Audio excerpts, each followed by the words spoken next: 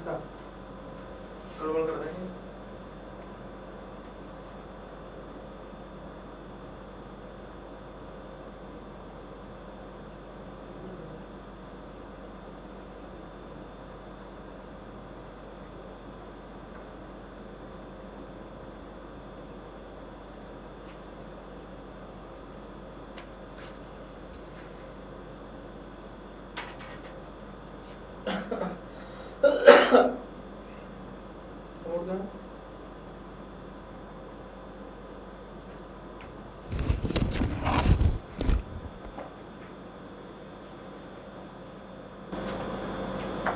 एक बार देख लेना इन दोनों क्वेश्चंस को, मैं तो कर रहा हूँ सॉल्व।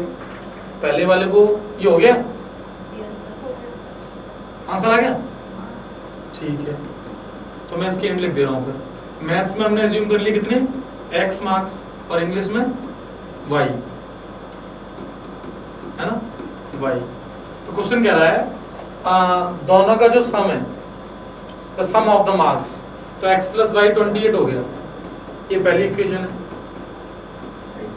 सेकेंड कंडीशन क्या कह रही है, had he got 3 more marks in the maths, तो मैथ्स के मार्क्स अब क्या होंगे x प्लस 3 और इसमें y माइनस 4।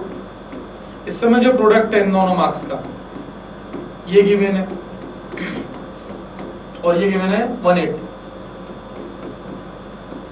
तो बेटा पहली इक्वेशन से y निकाल के इसमें डाल दो, तो यहाँ से y की वैल्यू क्या आएगी 28 माइनस x, और इसको यहाँ रख देते हैं x प्लस 3, y को 28 माइनस x माइनस 4 180। तो x प्लस 3 के साथ यहाँ कितना आएगा 24 माइनस x।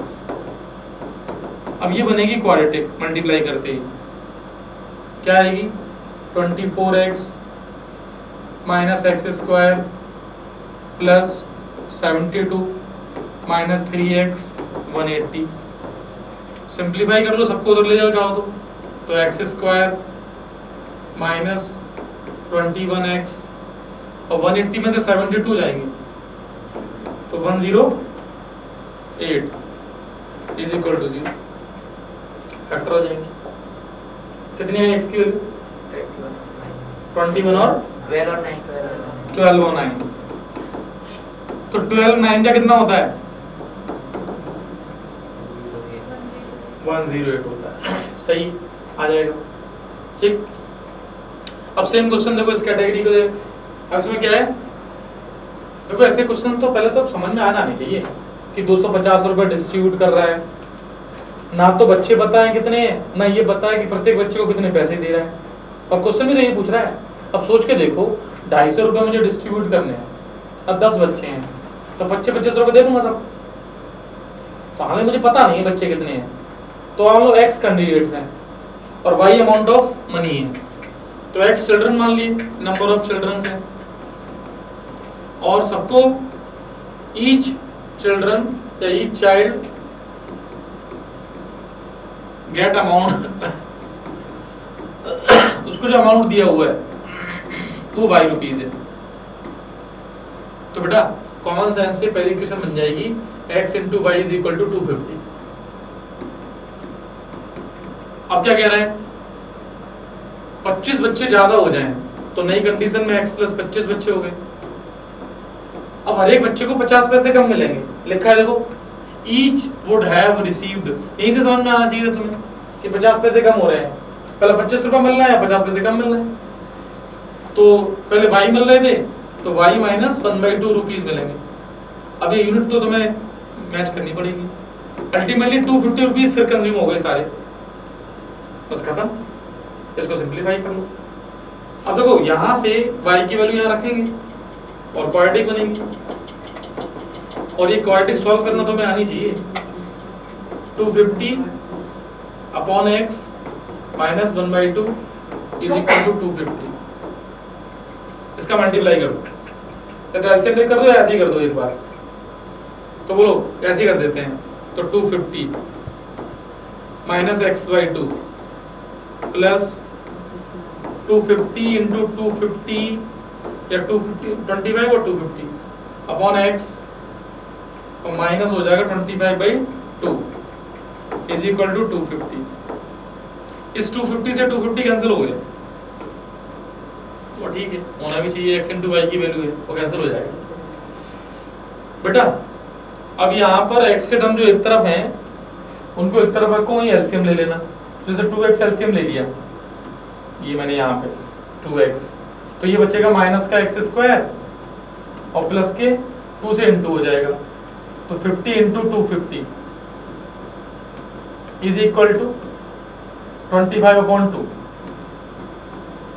इस 2 से 2 कैंसिल, क्रॉस मल्टीप्लाई करो, minus x square plus 50 into 250 is equal to 25x। Equation बनेगी x square plus 25x minus 50 into 250 बनेगी। अब फैक्टर करने या फिर सीधे दराजर, फैक्टर करके आसान रहेगा, सीधे दराजर तो क्या लगाओगे, टफ पड़ेगा। इसके फैक्टर सिंप्लीफाई कर दो, 25 पंजे यानी 25 5 जा 125 होगा। अब 125 के आगे 2 जीरो आ जाएंगे, यानी कुछ ऐसा हो गया कि 125 के आगे 2 जीरो। अब इसको फैक्टराइज करना है, 125 हाँ वो दिखाई भी दे जाएगा ऐसे लिखते ही कि 125 माइनस 100 हो रहा है, तो बस अच्छी बात है। तो बेटा तुम ध्यान से देखोगे, जब 125 माइनस 100 करोगे तो इसके फैक्टर होंगे 125 और माइनस के 100 करके देख लो, यही है। तो x इज इक्वल टू 100 आ गया, मतलब 100 बच्चे हैं, और y की वैल्यू निकालोगे तो 2.5 रुपये मिल रहा है हर बच्चे को, डिवाइड कर देंगे वो अमाउंट आ जाएगा। तो y की वैल्यू आएगी 250/100। तो प्रत्येक बच्चे को 2.5 रुपये मिल रहा है, और फिर वो 50 पैसे कम मिल रहे थे, तभी वो बात कर रहा है कि 2.5 रुपये मिल रहे हैं, फिर 98 कम मिल गई। Do you know 98? नहीं, 50 पैसे को बोलते हैं,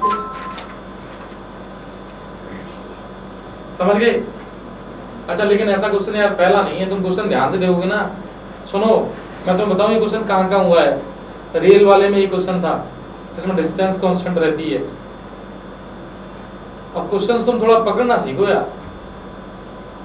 चलो, अब ये क्वेश्चन बहुत अच्छा है भाई साहब, पीकॉक वाला, थोड़ा सा हटके है, ज्योमेट्री का यूज है।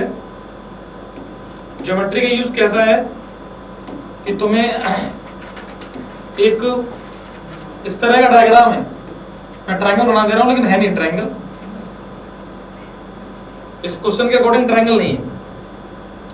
इसमें क्या, एक पीकॉक है जो 9 मीटर हाई पिलर पे बैठा हुआ है, ठीक, ये मान लिया।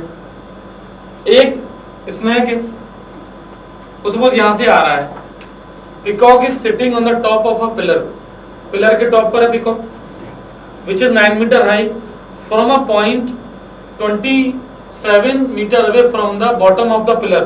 पिलर का बॉटम ये मान लो। अच्छा, एक बात और बताएं, ऐसे क्वेश्चंस में तुम्हें सारी बातें लिखनी भी पड़ेंगी कि let A B is the pillar, है ना।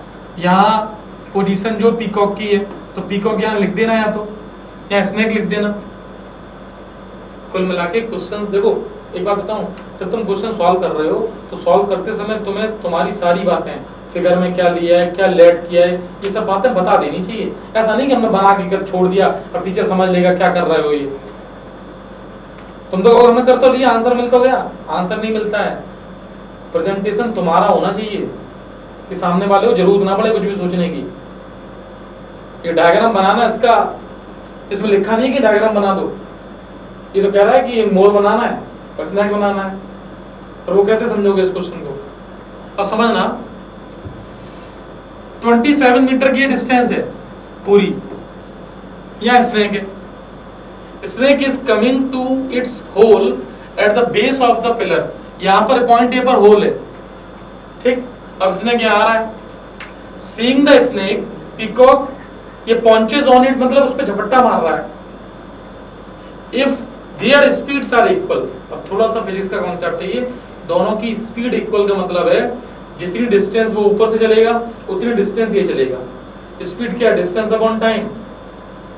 तो भाई साहब स्नेक और पीकॉक जहां से ये स्टार्ट कर रहे हैं वहां से सेम टाइम पर उनकी जो डिस्टेंस का मूवमेंट है वो सेम होगा, तो दोनों की स्पीड सेम। तो मान लो ये if their speeds are equal at what distance from the hole. अब ये स्पेलिंग इधर उधर हो गई, वो चेक कर लेना, है ना, या HOL हो जाएगा, ठीक है, हटा देते हैं उसको। अब देखो इस होल से, ये होल उसका घर है, अब उस तरफ आ रहा है, अब बीच में इस पिकॉक ने इस पे झपट्टा मार लिया। अब तुम इस पोजीशन को ध्यान से समझना, किस जगह इसने कैच किया इसको, तो एज्यूम कर लिया इस पॉइंट से यहां पर इसने पकड़ लिया। अब बड़ा बड़ा ये डिस्टेंस ऐसी लेनी पड़ेगी कि तुम्हें डायग्राम से भी दिखाई दे ये लेंथ और ये लेंथ सेम दिखाई दे, इक्वल, क्योंकि एक ही कंडीशन है कि दोनों की स्पीड सेम है। दोनों की स्पीड सेम का मतलब है क्या, मतलब होगा दोनों की स्पीड सेम का, same distance with in same time.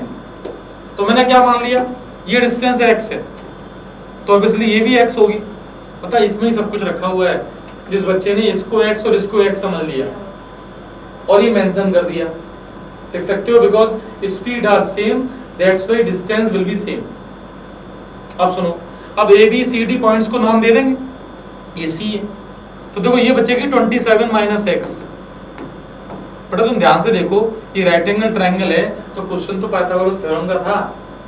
इतनी बकवास तो उसने इसलिए की कि बच्चा यहाँ तक बना पाए कि पाइथागोरस थ्योरम लगनी है। तो राइट एंगल ट्रायंगल BAC, इस ट्रायंगल BAC, इसमें लग जाएगी Pythagoras theorem, BC² = AC² + AB², ये हो जाएगा x² AC 27 - x² + AB 9²। इसको सिंप्लीफाई करोगे x की वैल्यू निकल के आ जाएगी। करते हैं अभी, 27 का स्क्वायर कितना, 27², फॉर्मूला लगेगा A² + B² + 2AB। तो पहले x² कर लिया, 2AB हो गया 54x, अब प्लस में आएगा 27 का स्क्वायर 729, या तो 729 लिख दो या फिर 27 का स्क्वायर ही लिख दो, 27 × 27 भी लिख सकते हो, ठीक। उसके बाद प्लस में आएगा 9², इसको सिंप्लीफाई करो,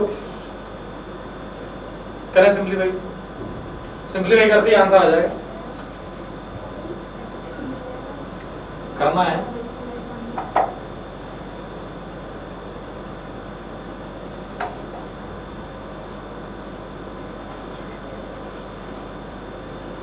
कितना आएगा,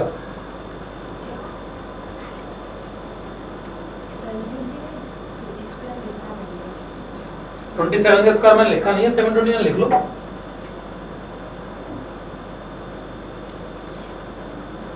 डायरेक्ट एक्स की रो निकल के आ जाएगी यहाँ से, तो क्वाड्रेटिक भी ऐसी बंदी है, वो कैंसिल आउट ही हो रहा है, x² से x², तो ये हटी गया। तो 54x = 729, मैं नहीं लिख रहा हूँ, प्लस 9 के स्क्वायर भी नहीं लिख रहा हूँ, मैं 9 कॉमन ले लिया, यहाँ बचेगा 3 × 27 + 9, एक 9 और कॉमन ले लिया, 9 × 9, यहाँ पे 3 + 1, 54 × x, 6 टाइम ये कैंसिल हो गया, x की वैल्यू आएगी 9 × 10/6,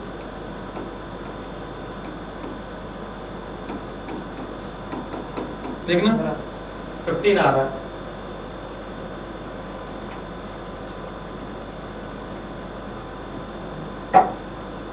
कैलकुलेशन तो मैं चेक करनी भाई सबको, कहीं कोई कैलकुलेशन में दिक्कत नहीं आनी चाहिए, सही है, तो ये आंसर आ जाएगा, चेक कर लो अपना।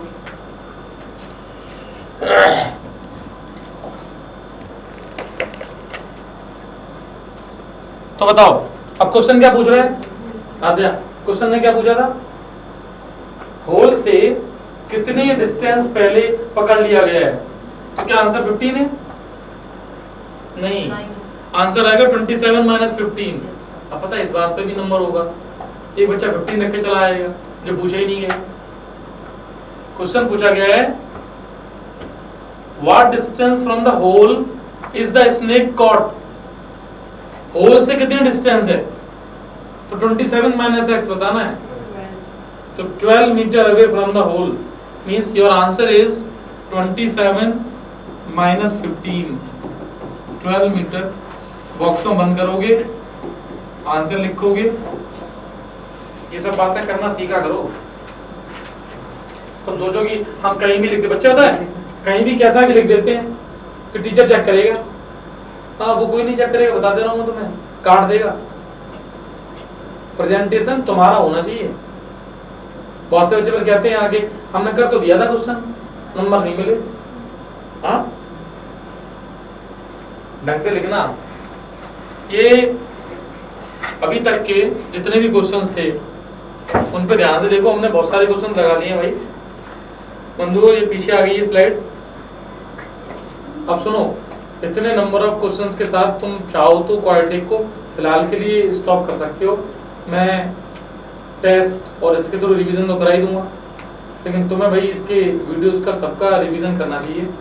अब उसके लिए चाहो तो मैं तो बच्चों से कहता हूँ, देखो बच्चा अपने आप को समझ जरूर लेता है कि हम क्यों नोट करें क्वेश्चंस, मतलब टाइम खराब हो रहा है, हाँ मैं मानता हूँ इस बात को, लेकिन एक बात बताओ टाइम खराब हो कहाँ रहा है, हमसे क्वेश्चन बन ही नहीं रहे। एक बार फंडामेंटली इतना टाइम है, एक बार मान लो हम सारे क्वेश्चन सॉल्व करेंगे और क्वेश्चन लिख के भी सॉल्व करेंगे, हम कर लो एक बार। अरे तुम्हारे दिमाग में चैप्टर के क्वेश्चन रहने चाहिए। सुनो, बच्चे को टीचर होना पड़ता है भाई साहब मार्क्स लाने के लिए। और जब तुम ये समझ जाओगे ना क्वाड्रेटिक का ये वाला क्वेश्चन मुझे आता है, ये पीकॉक वाला हाँ पता है मुझे कैसे करना है, ये फ्रीक्वेंसी होती है दिमाग में लोगों के। अब तुम ये करना चाहोगे तो तुम्हारे पास टाइम है, और सबके पास इतना ही टाइम था भाई साहब, 24 आवर ही है सबके पास, जिसमें बहुत से बच्चे सारा काम करके बैठे होते हैं। अब तुम्हारी समस्या क्या है कि जिंदगी में मोबाइल आ गया है, तो रील्स आ गई उसकी, फिर तुम इतना टाइम यहाँ ना लगा के वहां लगा दोगे। और नहीं तो मैं गारंटी किसे दूँ ना, तो तुम चाहो ना सारे क्वेश्चन नोट करो, सबके सॉल्यूशन लिखो, खुद समझो, और फिर भी तुम्हारी जिंदगी में टाइम बचे और कुछ करने के लिए भी।